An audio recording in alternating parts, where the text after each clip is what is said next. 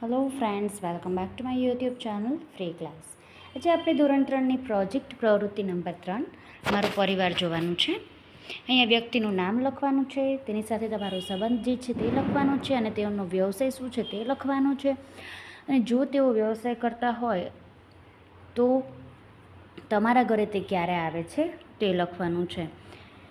પહેલાં તો જે છે પિતાનું નામ લખેલું છે, પરેશભાઈ મારા પિતા. તેનો વ્યવસાય છે સરકારી નોકરી. તમારા ઘરે ક્યારે આવે છે તો કે એ ઘરે જ રહે છે, અમારા ઘરમાં જ રહે છે. બીજું છે દીપ્તિબેન, તે મારી માતા છે, તે ગૃહિણી છે, તે પણ ઘરે જ રહે છે. કાજલબેન, તે મારી બહેન છે, અભ્યાસ કરે છે અને તે પણ ઘરે જ રહે છે. શિવાંગભાઈ, એ મારો ભાઈ છે, અભ્યાસ કરે છે અને ઘરે રહે છે. હિયાનભાઈ, તે મારો ભાણેજ છે, અભ્યાસ કરે છે અને તે ઉનાળુ વેકેશનમાં ઘરે આવે છે. ત્યાર પછી કાર્તિકભાઈ, તે મારું પિતરાઈ ભાઈ છે, તે એન્જિનિયર છે અને તે ગામડે રહે છે. આ ઉપરાંત કોમલબેન, સુરભીબેન, જીતભાઈ, નીરવભાઈ અને ક્રિવાબેન, તેના વિશે મેં લખેલું છે.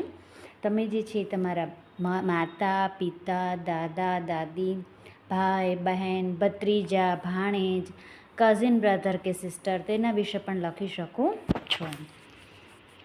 ત્યાર પછી પરિવારના બધા સભ્યો પૈકી તમને કયા સભ્યો વધુ ગમે છે કારણ આપો. મારા માતા પિતા મને વધારે ગમે છે, પરંતુ મારી માસી મને વધુ ગમે છે કારણ કે તે ફોનમાં વારંવાર યાદ કરે છે, તેમજ મારા માટે સારી વસ્તુ લાવે છે.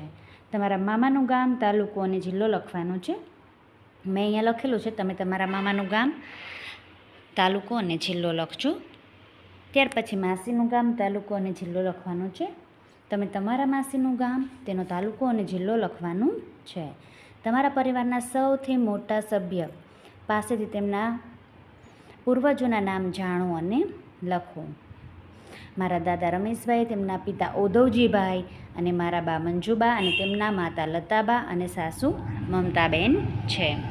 તમારે અહીંયા તમારા ઘર વિશેની માહિતી લખવાની છે. તમારી મમ્મીના પપ્પાના પપ્પા અને તેના પણ દાદાના નામ જે છે એ જાણવાનો પ્રયાસ કરો અને નોંધ કરો.